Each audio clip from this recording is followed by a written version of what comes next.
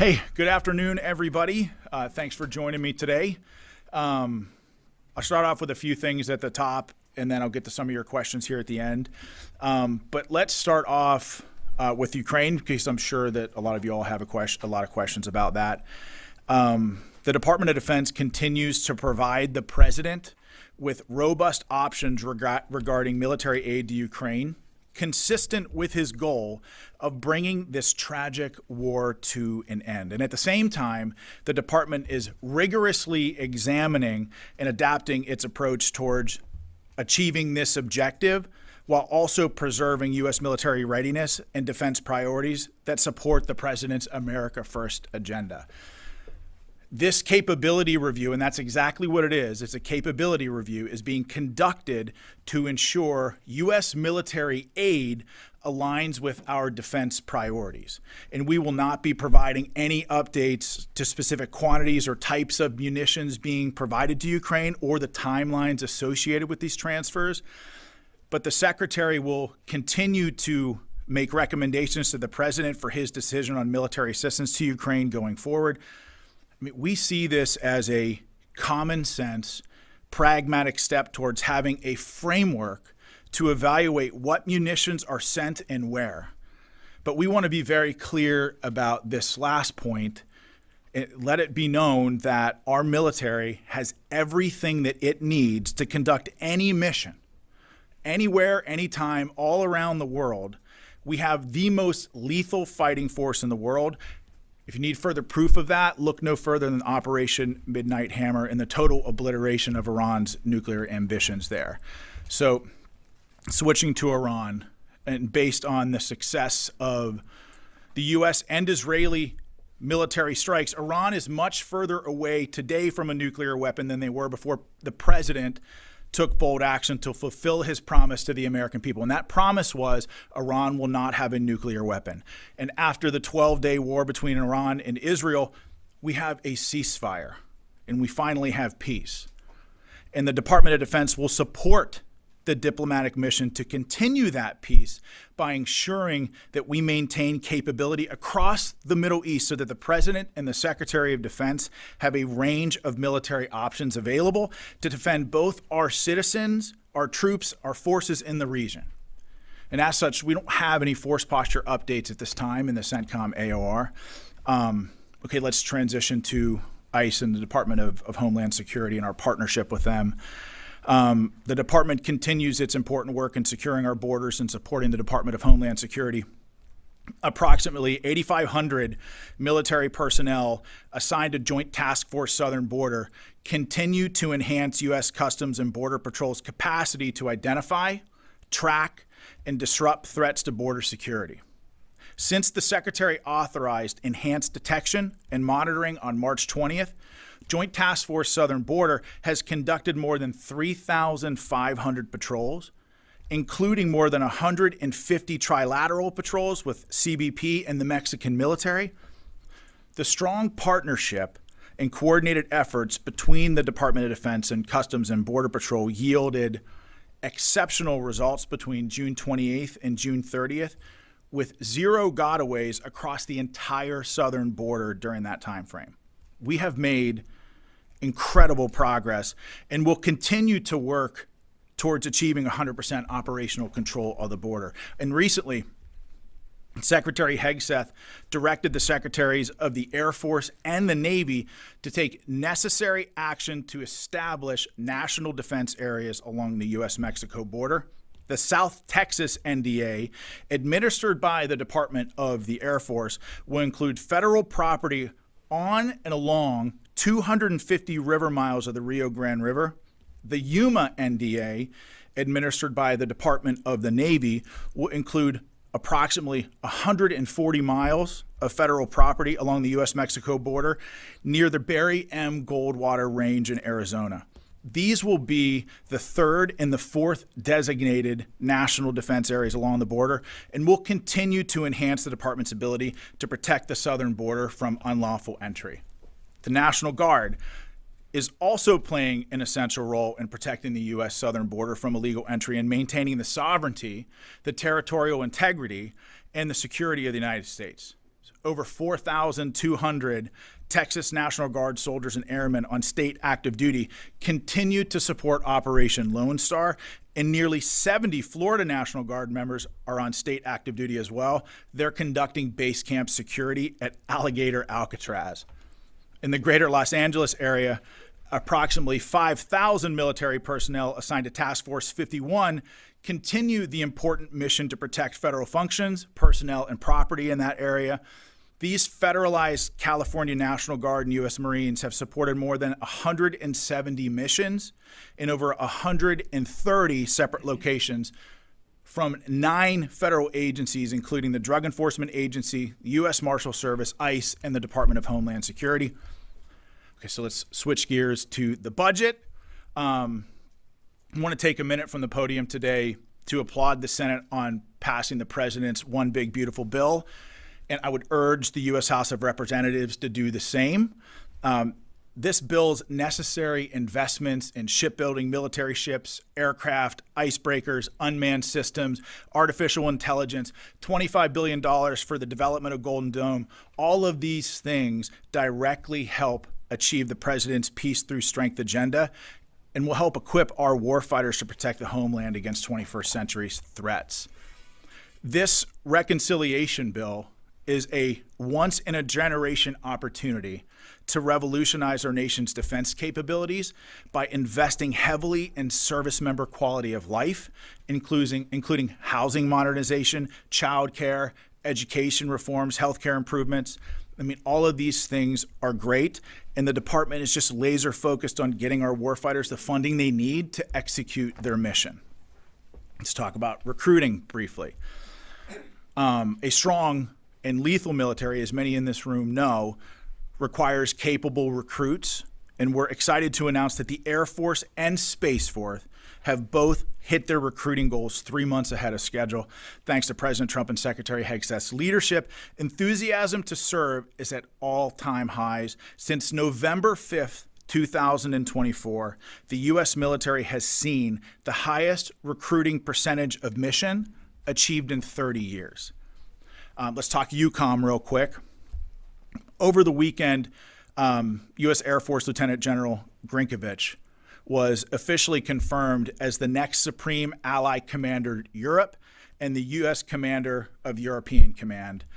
He officially assumed command of the U.S. military mission in Europe during a change of command ceremony in which U.S. Air Force General Dan Raisin-Kane, the chairman of the Joint Chiefs of Staff, served as the presiding officer.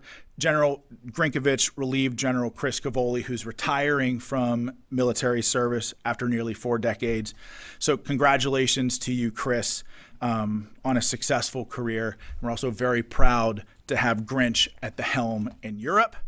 And in closing, before I take some of your questions, I just want to take an opportunity to recognize the career of Lita Baldor, who's retiring after 20 years covering the Department of Defense. I want to thank Lita for her dedication to covering the issues, the operations of this department, and the people of this department in depth.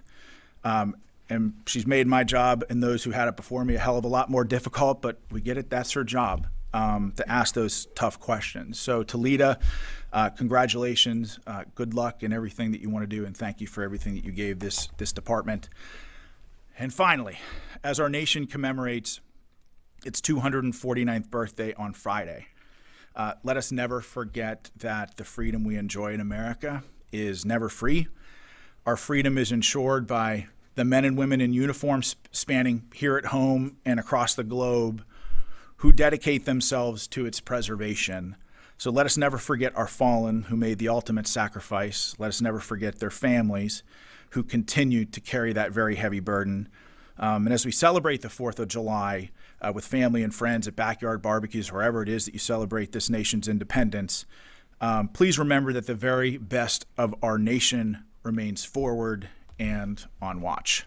And so thank you all for your patience during what is a longer than normal topper. And with that, I would love to take some of your questions. Rebecca? Hi. Yeah, so obviously with respect to Ukrainian aid, the United States announced that they are going to be withholding certain aspects of aid. Ukraine responded by saying that this is going to embolden Russia. What is the department's response to that argument? Well, the president's strategic outset with regards to Ukraine and Russia has been one of peace. He campaigned on this when he was asked on a town hall with CNN about that war. He said he wanted to just stop people from dying. And so peace has been the president's highest aspiration. We here at the department support those goals and those missions. But it's important to remember that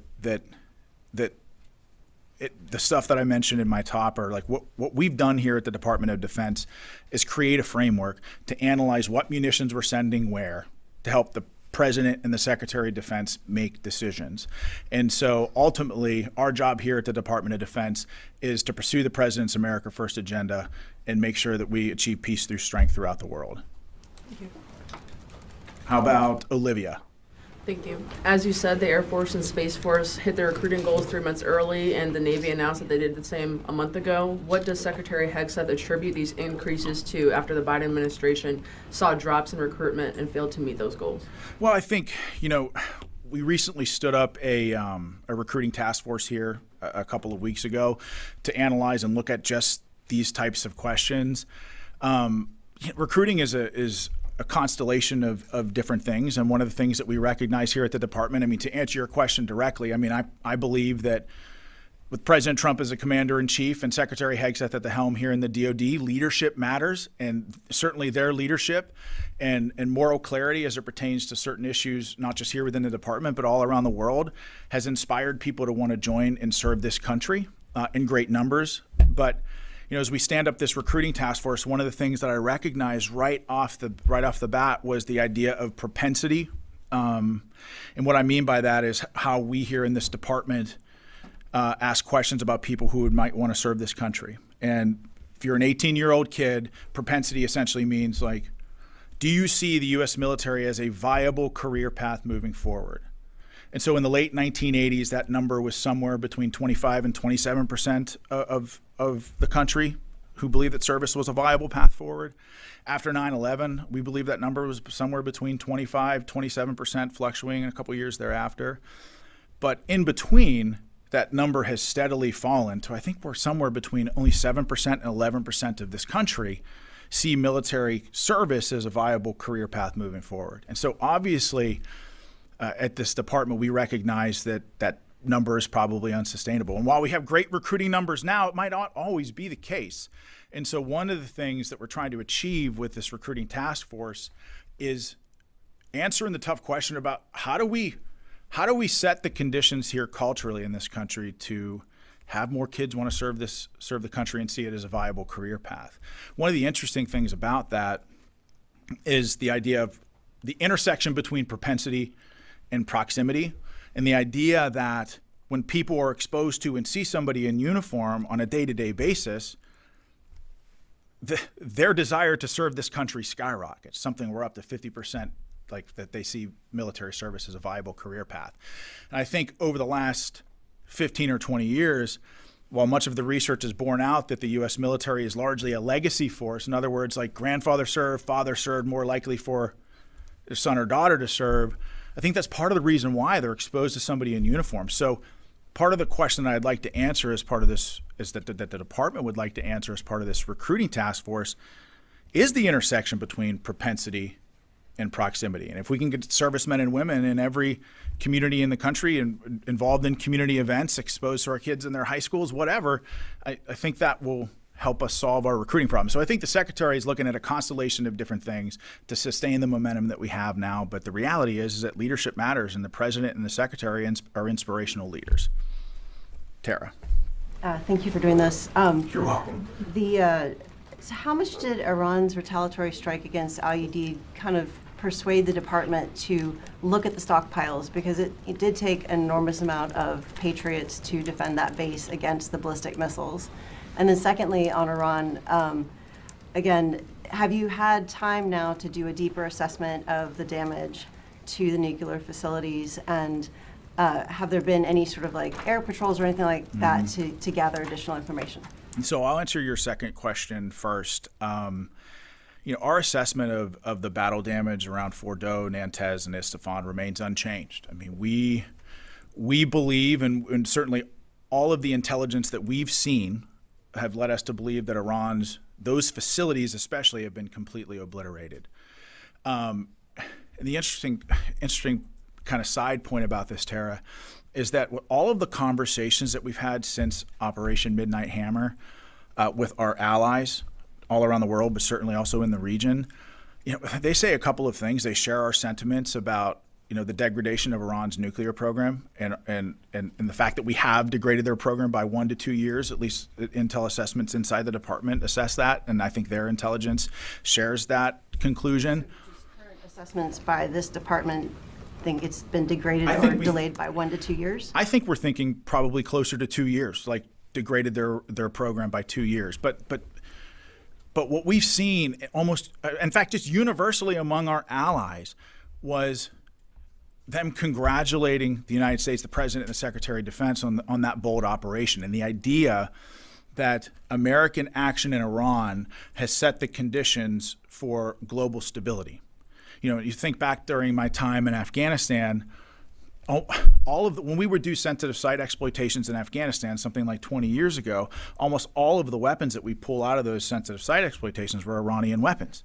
Like, Iran has been a major exporter of terror all around the world, and nations the world over have been subject to their terror. So I think that nations all around the world they know that when America is strong and speaks clearly, the world is a better and more stable place. And so I think it pertains to get to your first question here now. Remind me what you asked again. How much did Iran's retaliatory strike on IED kind of press the department to look at the stockpiles? Well, we're always assessing, our munitions and where we're sending them. And part of what we wanted to do here at the department was, again, create a framework. We can't give weapons to everybody all around the world. We have to look out for America and defending our homeland and our troops around the world. So, that's something that we always do, both before and after operations, and it's the President's job, along with the Secretary of Defense, to determine how we use those weapons.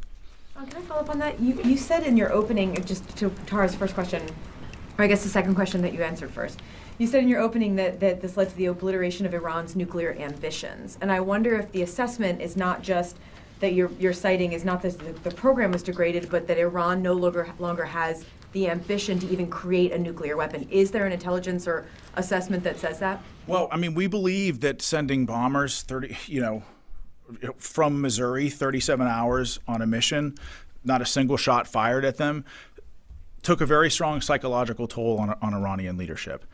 We also believe that the degradation of the facilities at Fordow, Isfahan, and Antez degraded their physical capability of constructing a bomb. And it's not just enriched uranium or centrifuges or things like that. We destroyed the components that they would need to build a bomb. And so when you take that constellation of different things into consideration, we believe that Iran's nuclear capability has been severely degraded, perhaps even their ambition to build a bomb. Ultimately, the President has said he's not going to allow them to build a bomb. The Israelis are not going to allow them to have a bomb, and they know that. And I think that factors into their decision-making process. Is that a final assessment that you're citing there, or is there still more information coming in? The assessments are ongoing, and every day that goes by, the intelligence picture that we have gets clearer and clearer. And as we get those updates, Courtney, we'll keep you updated. Mike. Okay. Okay. Noah. Mm-hmm. Could you be more specific about the nature of the pause in weapons being provided to Ukraine? When did it begin? What munitions are being affected here? And then who was involved in the review that you're describing right now? And is that still ongoing? I can't get involved. I can't go in detail about what weapons were paused and when, and what we're providing and when. Ultimately, the President and the Secretary will make those decisions about what happens with those weapon systems, obviously keeping in mind that the President was elected on an America First platform to put America first. And so our job as political appointees here in the Department of Defense is to provide the President a range of options to do just that.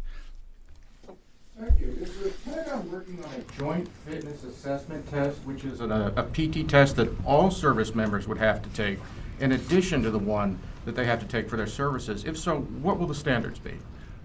Well, we're currently reviewing that right now, so I don't have any details to provide on that yet, but when we get them, I will let you know. So you are looking at a possible PT test for all service members in addition to what they have to take? We're evaluating standards across the board. How about Wallace? Right. I wanted to ask a question pertaining to Syria. I was going to ask if does the U.S. have plans to continue to draw down the troop presence in Syria, and if so, are they confident that the current Syrian government can successfully keep under detention the 10,000 ISIS fighters currently there? Well, I mean, certainly the president has talked about expanding our relationship with Syria, and I think we have high hopes there. But right now, we've still got about 1,500 troops thereabouts in Syria, but we're not going to comment further on force posture there. But we're optimistic about the future in Syria, as the president has already said before. Mike. I do remember my question. I Sorry. thought I saw you with your hand up. Yeah. Do y'all believe that the Biden administration, the past 4 years, sort of basically opened up the door to Ukraine and say, take whatever you want, and without much idea to sort of keep control of the inventory? And is that one of the reasons why you want to see what's in the storage and not? Absolutely. I think that for a long time, 4 years under the Biden administration, we were giving away weapons and munitions without really thinking about how many we have. And I think that this president was elected on putting this country first and defending the homeland, and then you couple that with our national defense strategy and a shift to the Indo-Pacific. And part of our job is to give the president a framework that he can use to evaluate how many munitions we have and where we're sending them. And that review process is happening right now, and it's ongoing. Haley. Thank you so much. Thanks for doing this, Sean. On Iran, the IAEA chief said this weekend that he believes Iran could begin enriching uranium within months. Does the department disagree with that? Are you saying the secretary does not share that? Well, I'm not going to comment on anything with the IAEA and Iran, but our assessment of Iran's nuclear program remains unchanged. Could you also provide an update on the review panel on Afghanistan and what work has been done there thus far? Yeah, we've got a great team coming together, most of whom will be here in July. And Haley, I think that's a great question. I just want to say, our strategic outset here for this review. You think back to the Vietnam War and helicopters on embassies, and I got to believe that there were a lot of first lieutenants, captains, majors who witnessed that, who fought in that war and thought, "Boy, I wish we could have ended this war differently." And some of those first lieutenants, captains, majors, I'm sure, stayed in and became 1-star, 2-star, 3-star generals, and then maybe led and commanded an Operation Desert Storm. And I find that interesting because in Operation Desert Storm, there's a clear mission, clear end state. American troops withdrawn when that end state was realized. And I feel like many of those 1-star, 2-star, 3-star generals perhaps retired after Desert Storm, and a lot of that institutional knowledge and that pain that was experienced during the withdrawal in Vietnam was probably lost. And then flash forward 10 years, 9/11 happens, 20 years of war in Iraq and Afghanistan, and we find ourselves at the end of the Afghan war in a remarkably similar situation that we were in Vietnam. So the question that I have here, and that the department has, is what happened? Like, how do we as a department make sure that something like in Vietnam and something there again that happened in Afghanistan never happens again? Helicopters and embassies in Vietnam, helicopters and embassies in Afghanistan is just not the desired end state that we were looking for in those conflicts. And so how do we get an assessment at the tactical, strategic, and maybe presidential level, questions that were how was intel reported during the withdrawal? How do we structure our report in the micro at the tactical level to answer a lot of the questions that the American people had, like questions like why did we abandon Bagram? How did we end up in Kandahar? All of these questions are the types of questions that we're going to be asking. But ultimately it's about weaving these lessons learned into doctrine. And the idea that maybe we can use this review to reform the way that we evaluate and promote young non-commissioned officers and young officers. Like, for example, if you read the Afghan reports that came out every June, regardless of who the task force commander was in Afghanistan, those reviews were remarkably similar. But the end state was a disaster. So I think if you think back to my time in Afghanistan as a young commander giving battlefield update briefs as a captain to my battalion commander, if I were constantly saying that my area of operations was a disaster, it didn't have the ammo or troops that I needed to accomplish the mission, the likelihood of me getting promoted was probably not great. So how do we set the conditions here in the department to create a sense of honesty where our officers are reporting what they believe to be accuracy? They're concerned about maybe their area of operations. They're concerned about the truth and maybe not less about their careers. And that's not an indictment on the officers in the DOD. It's just the way that our system is constructed. And so we've got a great team that we've put together. There, many of whom will start in July, where the real work will start. I just had a great meeting with the chairman of the Joint Chiefs about this and how the Joint Staff can help collaborate on this. But I'm very optimistic about where we're going with this review, Haley. Have you started interviews for this report? Or Oh, sure, yeah. What all has happened? Yeah, I mean, we've done interviews, we've had meetings. I mean, we're getting a lot done. I mean, I feel really good about it. I'll take one more question. Thank you. Go ahead. Thank you, Sean. I have two questions. Iran, China, and Korea. Iran has signed a deal with China to purchase 40 Chinese fighter jets. What are your concerns about Iran and China military cooperation? Well, obviously, we're watching that. You know, we're very concerned about that, especially as we look to shift force posture to the Indo-Pacific. But ultimately, I think that, you know, what we're doing here at the Department of Defense, you know, building up our military with historic recruiting numbers, peace through strength. I mean, ultimately, it's about reestablishing deterrence to make our enemies think twice about doing things that we wouldn't want them to do. So. Korea and regarding the reduction of U.S. troops in South Korea, are there any specific plans for reducing the number of U.S. troops in South Korea and changing their roles? And when will the time be? Well, normally we don't comment on force posture reviews here from the podium. It's something that we always do. But you know, and you've been covering this building for a long time, we've got an ironclad alliance with the Republic of Korea. And we're going to remain true to that alliance. But okay, thanks everybody. So we'll do this again. We'll do this again very soon. We'll talk soon. Thank you, everybody. Have a great day.